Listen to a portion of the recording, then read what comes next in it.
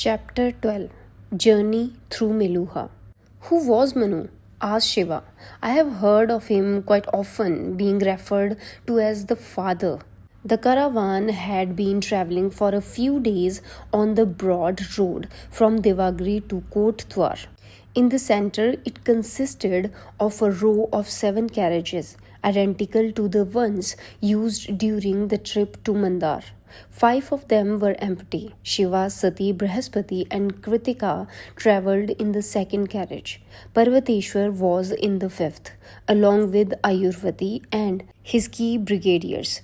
The journal's presence meant that every rule had to be adhered to strictly. Hence, Nandi, whose rank did not allow him to travel in the carriage, was riding a horse with the rest of the cavalry. Veerbhadra had been inducted as a soldier in Nandi's platoon. Led by their respective captains, the brigade were in standard forward, rear, and side defense formations around the caravan. Both Brihaspati and Sati started answering Shiva simultaneously. Lord Manu was the. They both stopped talking.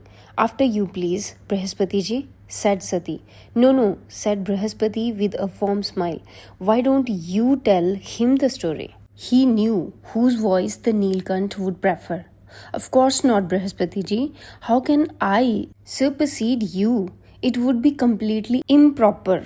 Will somebody answer me, or are you two going to keep up this elaborate protocol forever? Asked Shiva.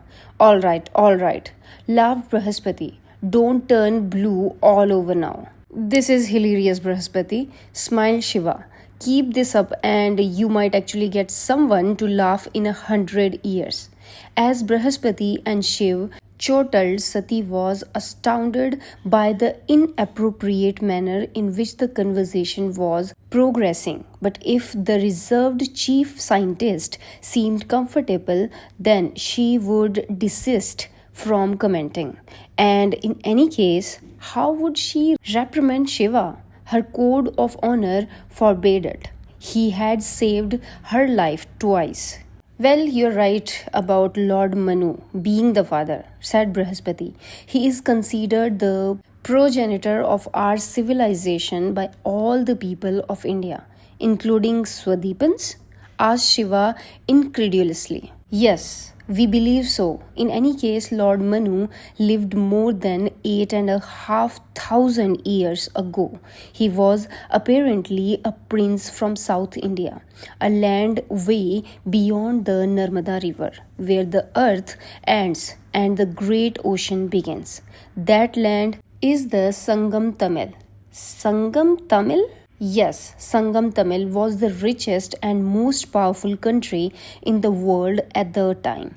Lord Manu's family, the Pandyas, had ruled that land for many generations. However, from the records left by Lord Manu, we know that by his time the kings had lost their old code of honor. Having degenerated into corrupt ways, they spent their days indulging in the pleasures of their fabulous wealth rather than being earned about their duties and their spiritual life. Then a terrible calamity occurred. The seas rose and destroyed their entire civilization. My God, exclaimed Shiva. Lord Manu had foreseen this day and had in fact prepared for it. He believed that it was the decadence his old country had fallen into that had incurred the wrath of the gods. In order to escape the inevitable calamity, he led a band of his followers to the northern, higher land in a fleet of ships.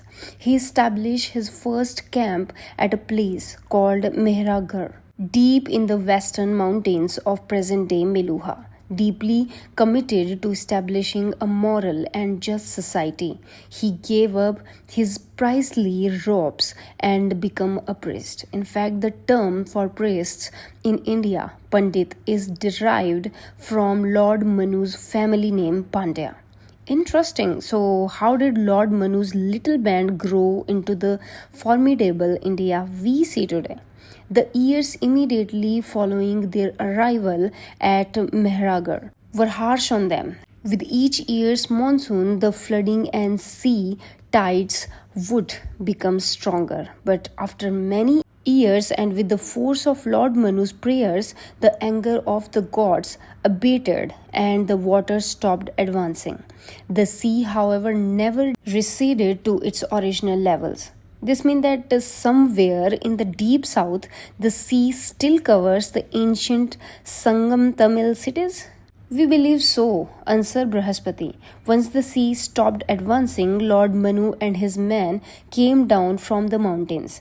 They were shocked to see that the minor stream that was the Indus had now become a massive river. Many other rivulets across northern India too had swollen and 6 great rivers had emerged: Indus, Saraswati, Yamuna, Ganga, Sarayu, and Brahmaputra. Lord Manu said the river started flowing because the temperatures of our land rose with the wrath of the gods. With the rise in temperatures, huge channels of ice or glacier frozen high in the Himalayas began to melt, creating the rivers. Villages and later cities grew on the banks of these rivers. Thus, our land of the 7 rivers, Sapt Sindhu, was born out of the destruction of the Sangam Tamil. 7? But you mentioned the creation of 6 rivers in North India. Yes, that's true. The 7th river already existed. It is the Narmada, and it became our southern border. Lord Manu strictly forbade his descendants to go south of the Narmada, and if they did so, they would never return. This is a law that we believe even the Chandravanshis adhere to. So, what are Lord Manu's other laws? There are numerous laws actually. They are all listed in an extensive treatise called the Manu Samriti. Would you be interested in listening to the entire text? Tempting, smile Shiva, but I think I'll pass. With your permission, my lord, perhaps we can further discuss Lord Manu's guidance to our society over lunch, suggested Kritika. At a short distance from the road on which the Nilkant's caravan travelled, a small band, about 40 men, trudged silently along the Bias. 1 in 2 men of the platoon carried a small coracle on his head. It was typical of this region. The locals made small and light boats made of bamboo, cane, and rope, portable enough to be carried by a single man on his head. Each boat could ferry 2 people with relative safety and speed. At the head of the platoon was a young man with a proud battle scar adorning his face, his head crowned with a brown turban. A little ahead of him walking a hooded figure, with his head bowed, his eyes scrunched. He took slow, methodical steps, his mind lost in unfathomable thoughts. His breathing was hard. He brought his hand up languidly to rub his masked forehead. There was a leather bracelet on his right wrist with a serpent Om symbol embroidered on it. Vishwadhyuman, said the hooded figure, we will enter the river from here. Whenever we come close to populate area, we will move away from the river to avoid detection. We have to reach Karachpa within 2 months. Karachpa, my lord? Asked a surprised Vishwadhyuman. I was under the impression that we were to have a secret audience with the queen outside Lothal. No, answered the hooded figure. We will meet her outside Karachpa. Yes, my lord, answered Vishwadhyumana. As he looked back in the direction of the road to Kotdwar, he knew that his lord would have dearly liked to make one more attempt to kidnap the princess. He also knew that it was a foolhardy to endeavor to do so, given the strength of the force accompanying the caravan. In any case, they were behind schedule for their main mission. They had to meet the queen urgently. Turning towards one of his soldiers, Vishwadyuman ordered, Shrikta, place your coracle in the river and give me your oar. I will draw the Lord through this part of the journey. Shrikta immediately did as instructed. Vishwadyuman and the hooded figure were the first of the platoon to enter the river. Vishwadyuman had already started rowing by the time his men started placing their boats into the water. At a distance further down the river, the hooded figure saw two women lounging carelessly on a boat. One of the women was sloppily splashing water from the side of the boat onto her friend, who was making a hopeless attempt at avoiding getting wet. Their childish game caused their boat to sway dangerously from side to side. The hooded figure saw that the woman had not detected a crocodile that had entered the river from the opposite bank. Having spied what must have looked like an appetizing meal, the crocodile was swimming swiftly towards the women's boat. Look behind you, shouted the hooded figure, as he motioned to Vishwadyuman to row rapidly in their direction. The women could not hear him from the distance. What they did see, however, was two men rowing towards them. They could see that one of them was almost a giant covered from head to toe in a strange robe, his face hidden behind a mask. This man was making frantic gestures. Behind the door were a large number of soldiers swiftly pushing their boats onto the river. That was all the warning the women needed. Thinking that the men were coming towards them with evil intent, the women put all their effort into hastily rowing away from the hooded figure's boat into the path of the crocodile. No, shouted the hooded figure. He grabbed the oar from Vishwadyuman, using his powerful arms to row rapidly. He was shortening the distance between them by the minute, but not fast enough. As the crocodile closed in on the women's boat, it dived underwater and charged at it, rocking it with its massive body. The tiny vessel tilted and capsized, throwing the women into the bayas. Screams of terror rent the air as the women fought to stay afloat. The crocodile had moved too far ahead in its dash. Turning round, it swam towards the struggling women. The delay of those crucial seconds proved fateful for the women. The rescue boat moved in between the crocodile and them. Turning towards Vishwadyuman, the hooded figure ordered, "Save the women." Before Vishwadyuman could react, he had flung his robe aside and dived into the river. With his knife held tight between his teeth, he swam towards the advancing crocodile. Vishwadyuman pulled one of the women into the boat. She had already lost consciousness. Turning to the other women, he reassured, "I am coming back soon." Vishwadyuman turned and paddled vigorously towards the bank. On the way, he passed some of his soldiers. "Row quickly, the Lord's life is in danger." The other soldier paddled towards the area where the hooded figure had dived into the river. The water had turned red with blood from the battle raging underwater. The soldiers said a silent prayer to Lord Varun, the god of the water and the seas, hoping that the blood did not belong to their lord.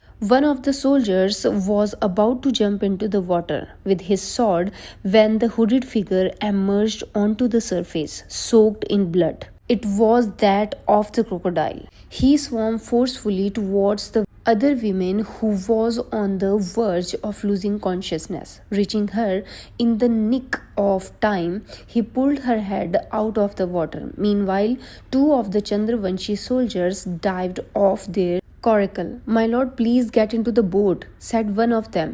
"We will swim ashore." "Help the women first," replied the hooded figure. The soldiers pulled the unconscious women on the coracle. The hooded figure then carefully climbed aboard and rowed towards the shore. By the time he reached the river bank, the other women had been revived by Vishwadhyuman. She was obviously disoriented by the rapid chain of events. Are you all right? Vishwadhyuman asked the women. In answer, the women looked beyond Vishwadhyuman and screamed. Vishwadhyuman turned around. On the river bank, the hooded figure was coming ashore carrying the other women's limp body. His clothes were glued to his massive body.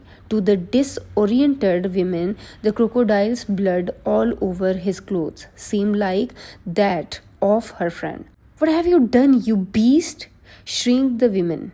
The Naga looked up abruptly. His eyes showed mild surprise, but he refrained from saying anything. He gently laid the unconscious women on the ground. As he did so, the mask on his face came undone. The women next to the Vishwadhyuman started at him with horror. "Naga?" she screeched. Before Vishwadhyuman could react, she leaped to her feet and fled screaming, "Help, help, a Naga is eating my friend." The Naga looked at the fleeing women with the melancholic eyes. He shut the windows to his tormented soul and shook his head slightly. Vishwadhyuman meanwhile turned to see his lord's face for the first time in years. He immediately lowered his gaze, but not before he had seen the rare emotion of intense pain and sorrow in his lord's normally expressionless eyes. Seething with anger, Vishwadhyuman drew his sword, swearing to slay the ungrateful wench he had just saved. "No, Vishwadhyuman," ordered the Naga, pulling his mask back on.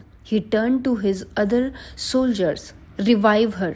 "My lord," argued Vishwadhyuman, "her friend will bring others here. Let's leave this woman to her fate and go." "No." "But my lord, someone may come any time now. We must escape." "Not till we have saved her," said the Naga in his usual calm voice.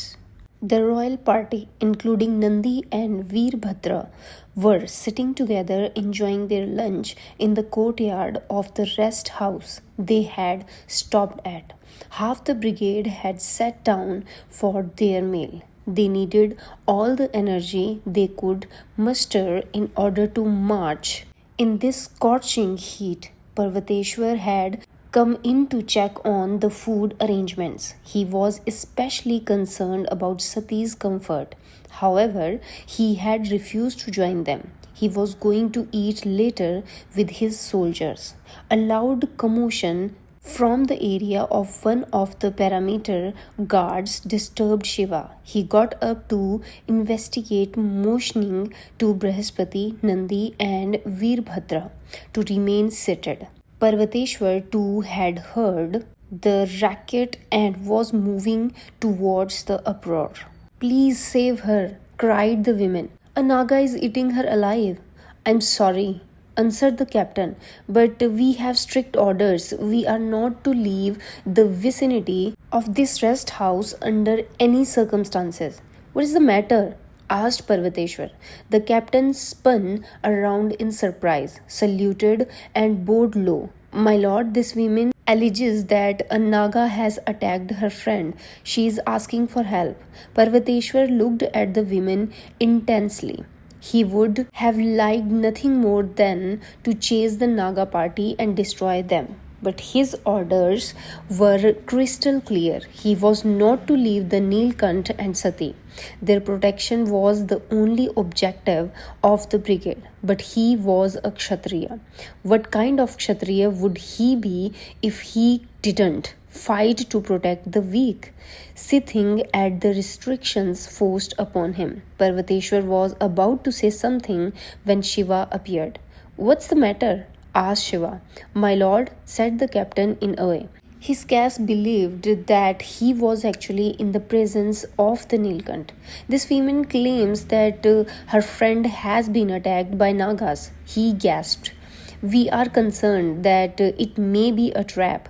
We have heard about the Chandravanshi duplicity on the Mount Mandar road. Shiva heard his inner voice cry, "Go back, help her." Drawing his sword in one smooth motion, he told the women, "Take me to your friend." Parvateshwar looked at Shiva with respect. It was mild, but it was respect all the same.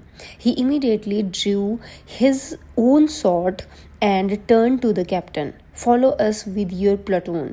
Brigadier Varaka, command your men to be on alert for any surprise attack. The safety of our princes is paramount." Shiva and Parvateshwar ran behind the women, who seemed to lead them with ease. She was obviously a local. The captain trailed them with his platoon of 30 soldiers.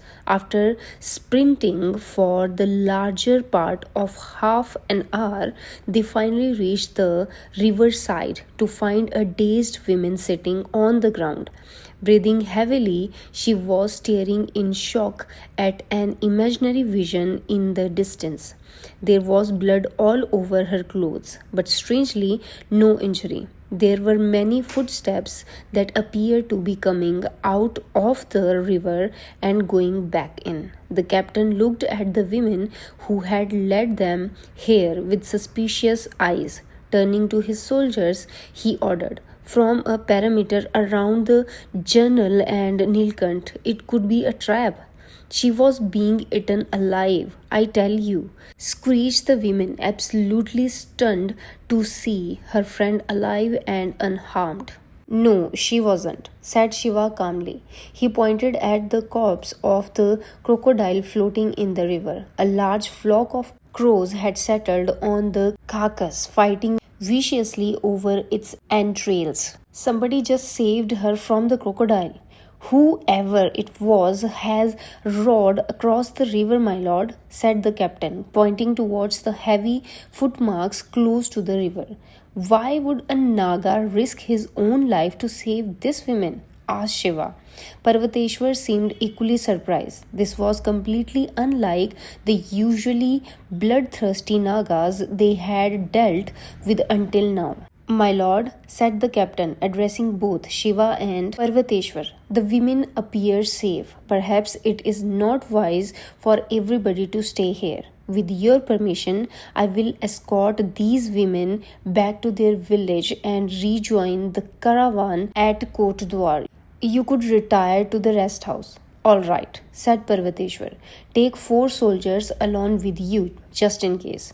Both Shiva and Parvateshwar walked back baffled by this inexplicable event.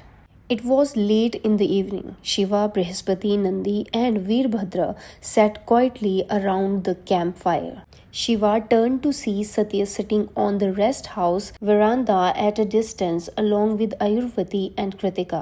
They were absorbed in a serious conversation. Parvateshwar was moving among his soldiers as usual, personally supervising the security arrangements of the camp and the comfort of his boys.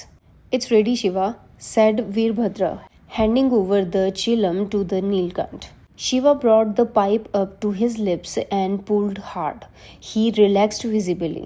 Feeling the need of respite, he smoked some more before passing it back to his friend. Veerbhadra offered it to Brihaspati and Nandi, both of whom declined. Brihaspati stared at Shiva, who kept stealing glances at Sati. He smiled and shook his head. "What?" asked Shiva, who had noticed Brihaspati's gesture. "I understand you're longing, my friend," whispered Brihaspati. "But what you are hoping for is quite difficult, almost impossible. It can't be easy when it's so valuable, can it?" Brihaspati smiled and patted Shiva on his hand. Veerbhadra knew what his friend needed. Dance and music. It always improved his mood. "Don't people sing and dance in this wretched country?" "Private, Veerbhadra," said Nandi, his tone different with a subordinate. "Firstly, this country is not wretched. It's the greatest land in the world."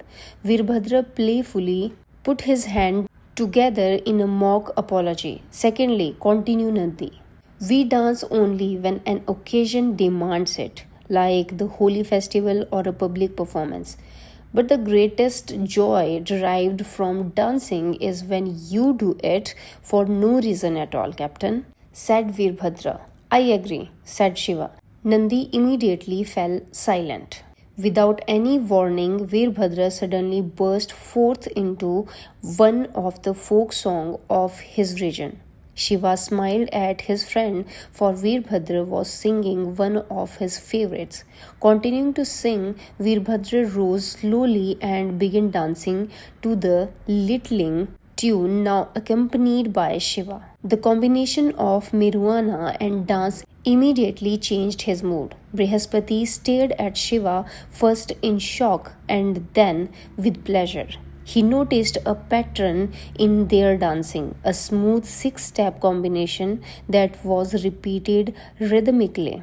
Shiva reached out and pulled Brihaspati and Nandi to their feet. They joined in, tentative at first. But it was only a matter of time before a reluctant Brihaspati was dancing with abandon. The group moved together in a circle around the fire, the singing louder and livelier. Shiva suddenly darted out of the ring towards Sati. Dance with me. A flabbergasted Sati shook her head. Oh, come on, if you can dance while your Guruji and I watch, then why not here?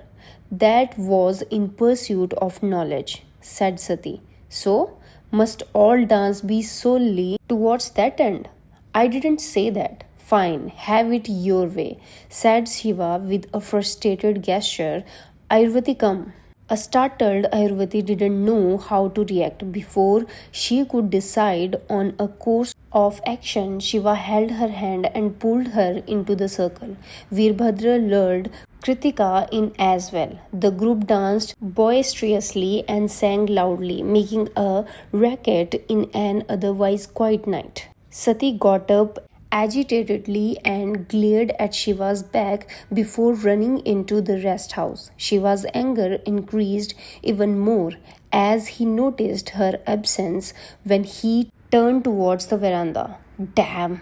He returned to his dance, his heart in a strange mixture of pain and joy. He turned once again towards the veranda. There was nobody. Who's behind that curtain? Shiva was dragged into the next move by Veerbhadra. It was some time later that he was in a position to look once again in the veranda. He could see Sati, outlined behind the curtain, staring at him, only at him. Wow! A surprised and delighted Shiva swung back into his dance, moving in his prime form. He had to impress her.